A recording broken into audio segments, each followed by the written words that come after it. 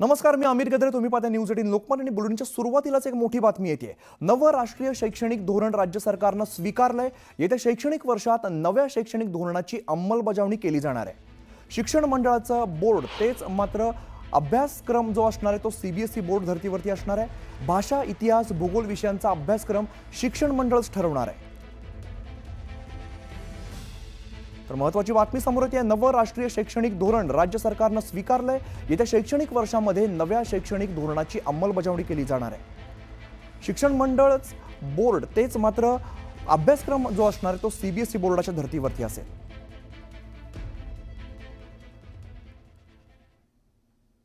आणि यानंतर घेऊया बुलेटिनमध्ये बातम्यांचा वेगवान आढावा.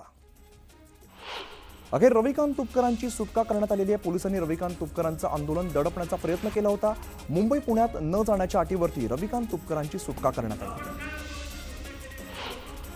जिजाऊ पतसंस्थेमध्ये अपहार करणाऱ्या अध्यक्ष, संचालक आणि त्यांच्याशी संबंधित असलेल्या व्यक्तींच्या मालमत्तेवरती बोजा चढवण्याची कारवाई सुरू करण्यात आली आहे. ठेवी परत मिळवण्यासाठी घोटाळेखोरांचं प्रशासनाने फास आवळलेले आहे. त्यामुळे मालमत्ता खरेदी करणारे अडचणीत सापडले. 2024 मधील खरीप हंगामातील मंजूर झालेला पीक विमा अद्याप देण्यात आलेला नाहीये. त्यामुळे शेतकरी संघर्ष समितीने जिल्हाधिकाऱ्यांना निवेदन दिलंय. 31 मार्च पूर्वी मागण्या मान्य न झाल्यास रस्त्यावरती उतरून आंदोलनाचा इशारा दिलाय. बीडच्या माजलगाव धरणातून प्रतिदिन 4 लाख लिटर पाण्याचं बाष्पीभवन होत आहे. वाढत्या तापमानाचा परिणाम धरणातील पाणीसाठ्यावरती होत असल्यामुळे पाण्याच्या पातळीमध्ये घट झालेली आहे. त्यामुळे नागरिकांनी पाणी जपून वापरावं असं आवाहन केलं जात आहे.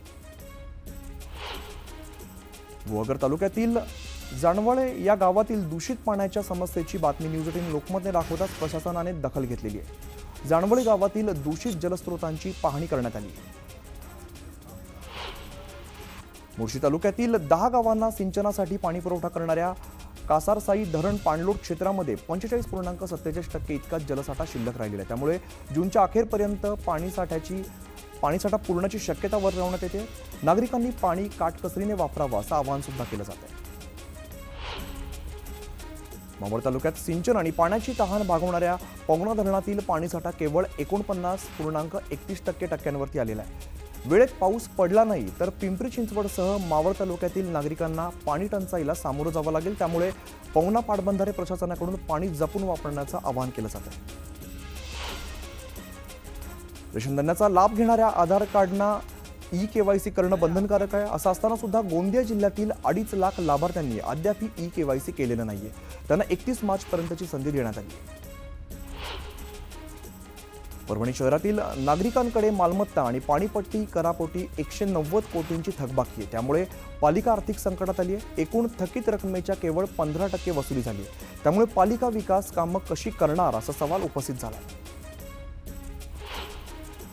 चिपळूण बसस्थानकाच्या रखडलेल्या बांधकामासाठी तब्बल 2,85,00,000 रुपयांचा निधी मंजूर करण्यात आलाय. परिवहन मंत्री प्रताप सरनाईक यांच्या उपस्थितीमध्ये हा महत्त्वाचा निर्णय घेण्यात आला असून आता रखडलेल्या कामाला गती मिळणार आहे.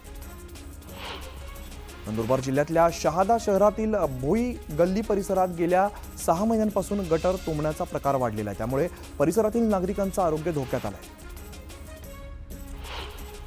औरंगजेब कबर वाद प्रकरणी छत्रपती संभाजीनगर जिल्हा बंदी असताना देखील जिल्ह्यामध्ये आल्यामुळे पदाधिकाऱ्याला पोलिसांनी नोटीस पाठवली आहे. जिल्हा बंदीचा प्रशासनाचा आदेश असताना देखील आदेश धुडकावून पदाधिकारी जिल्ह्याच्या हद्दीमध्ये आला.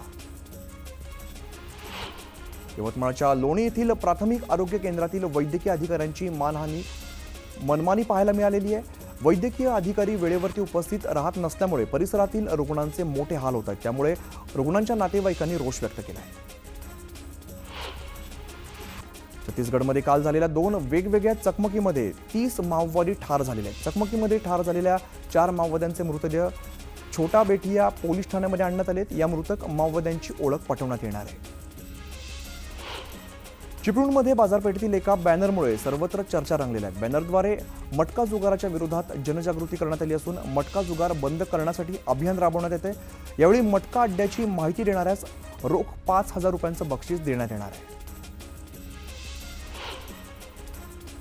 राज्य शासनाकडून नंदुरबार आणि शहादा नगरपालिकांसाठी प्राप्त झालेल्या मिनी रेस्क्यू टेंडर अग्निशामक वाहनांचं जिल्हाधिकाऱ्यांच्या हस्ते लोकार्पण करण्यात आले. या वाहनामध्ये आग विझवण्यासोबतच इतर अपघातग्रस्त ठिकाणी उपयोगात येणाऱ्या एकूण 30 प्रकारच्या साहित्यांचा समावेश आहे. आमदार सुनील शेळकेंनी विधानसभेमध्ये सुरक्षिततेचा मुद्दा उपस्थित केला। मावळमध्ये पर्यटन स्थळी तसंच ग्रामीण भागात सीसीटीव्ही बसवण्याची गरज आहे अशी मागणी आमदार सुनील शेळकेंनी केली। नंदुरबारच्या नवापूर तालुक्यातील औद्योगिक वसाहतीत जाणाऱ्या रस्त्याच्या बांधकामावरून पुन्हा एकदा स्थानिक आणि प्रशासन यांच्यामध्ये संघर्ष पेटलाय। पोलीस बंदोबस्ताचं बळ वापरून प्रशासन बळजबरीने रस्ता बांधत असल्याचा आरोप स्थानिकांनी केलाय। पिंपरी चिंचवडमधील कबड्डी विभागातील धक्कादायक प्रकार समोर आलेला आहे। पोस्को केसमधील गुन्हा दाखल असलेल्या शिक्षकाची महिलांच्या कबड्डी प्रशिक्षकपदी नियुक्ती करण्यात आली आहे। या घटनेमुळे संताप व्यक्त केला जातोय। ताडोबा अंधारी व्याघ्र प्रकल्पाच्या ऑनलाईन सफारी बुकिंगमध्ये 16.5 कोटींचा अपहार केल्याप्रकरणी अभिषेक ठाकूर आणि रोहित ठाकूर यांची नागपूर आणि चंद्रपूरमधील 13.71 कोटींची संपत्ती जी आहे ती ईडीने जप्त केली आहे। या प्रकरणी वन विभाग आणि पोलीस स्वतंत्र तपास करत आहेत।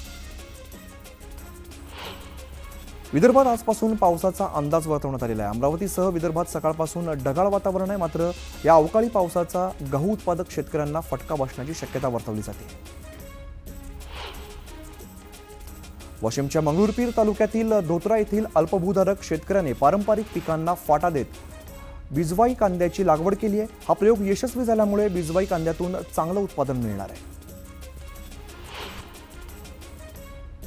उन्हाचा चटका वाढल्यामुळे लिंबाच्या आणि काकडीच्या दरामध्ये मोठी वाढ झालेली आहे। किरकोळ बाजारामध्ये एक लिंबू 13 ते 15 रुपयांना तर काकडी जवळपास 50 रुपये ते 60 रुपये किलोने विकली जाते। चोपडा तालुक्यातील शेतकऱ्यांची पीक काढण्याची लगबग सुरू आहे, तर काही शेतकऱ्यांनी काढलेलं पीक मार्केटमध्ये विक्री करण्यास आणले जात आहे। शेतातील माल निघाल्यामुळे शेतकरी ट्रॅक्टरच्या सहाय्याने नांगरटी करताना पाहायला मिळत आहे। वाशिम कृषी उत्पन्न बाजार समितीमध्ये गव्हाच्या दरामध्ये 200 ते 400 रुपये प्रति क्विंटलची घसरण झालेली आहे। गव्हाला 2350 ते 2550 रुपये प्रति क्विंटल इतका दर मिळतोय। आणि एक मोठी बातमी समोर येते आहे। जयकुमार गोरेंच्या खंडणी प्रकरणात आणखीन एकाला अटक करण्यात आलेली आहे। शिवसेनेचे उपजिल्हा प्रमुख अनिल सुभेदारांना अटक केली जाते। संबंधित महिलेसह सुभेदारांचा सहभाग असल्याचा आरोप सुद्धा केला जातोय।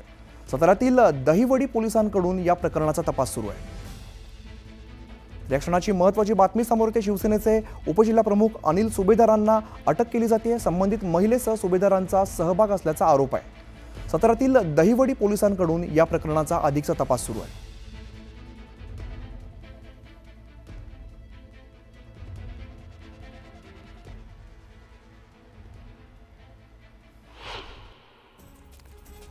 मार्च 2026 देशातून माओवाद्यांचा नायनाट होईल अशी घोषणा राज्यसभेमध्ये केंद्रीय गृहमंत्री अमित शहांनी केली आहे।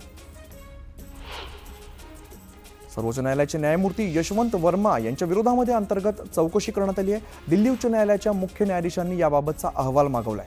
न्यायाधीशांच्या घराला लागलेल्या आगीमुळे त्यांच्याकडील बेहिशोबी रोकड ही जप्त करण्यात आली। महाराष्ट्रामध्ये मोटार वाहन कर सुधारणा विधेयक आज विधान परिषदेमध्ये मंजूर झालंय। मोटार वाहन कायद्यामध्ये सुसूत्रता आणण्यासह वाहनांच्या वजनावरती आधारित कर आकारणीऐवजी वाहनांच्या किमतीवरती आधारित कर आकारण्यात येणार आहे। डान्सबारवरती बंदी असताना सुद्धा महाराष्ट्रात सर्रासपणे खुलेआम सांस्कृतिक कला केंद्रामध्ये डान्सबार डीजे सुरू असल्याचा आरोप लावणी सम्राज्ञी सुरेखा पुणेकर यांनी केलेला आहे। याबाबतचा धक्कादायक व्हिडिओ दाखवत डान्सबार तात्काळ बंद करण्याची मागणी सुद्धा केली। प्रशांत कोरटकरला हायकोर्टाने तुर्तास दिलासा दिलेला नाहीये। अटकपूर्व जामीन अर्जावरची सुनावणी सोमवारपर्यंत तहकूब करण्यात आलेली आहे। सोमवारी हायकोर्टात पुन्हा सुनावणी होणार आहे। कौशल्य विकास मंत्री मंगलप्रभात लोढा यांनी मोठी घोषणा केली आहे। राज्यातील 452 ITI पैकी 100 ITI दत्तक देणार आहे, मात्र ITIची मालकी ही शासनाकडेच असणार आहे। सप्तशृंगी देवीच्या दर्शनासाठी सप्तशृंगी गडावरती जाणाऱ्या भाविकांसाठी खुशखबर आहे। चैत्रोत्सवामध्ये देवीचं मंदिर भाविकांना दर्शनासाठी 24 तास खुलं असणार आहे, मात्र या कालावधीमध्ये खासगी वाहनांना प्रवेश बंद असणार आहे। जळगावजवळील कानसवाडा गावचे माजी उपसरपंच युवराज कोळी यांची निर्घृण हत्या करण्यात आली। चॉपर आणि चाकू भोसकून हत्या करण्यात आल्याची माहिती प्रत्यक्षदर्शींनी दिलेली आहे। अद्याप हत्येचं कारण समोर आलेलं नसून पोलीस मारेकऱ्यांच्या शोधासाठी रवाना झाले।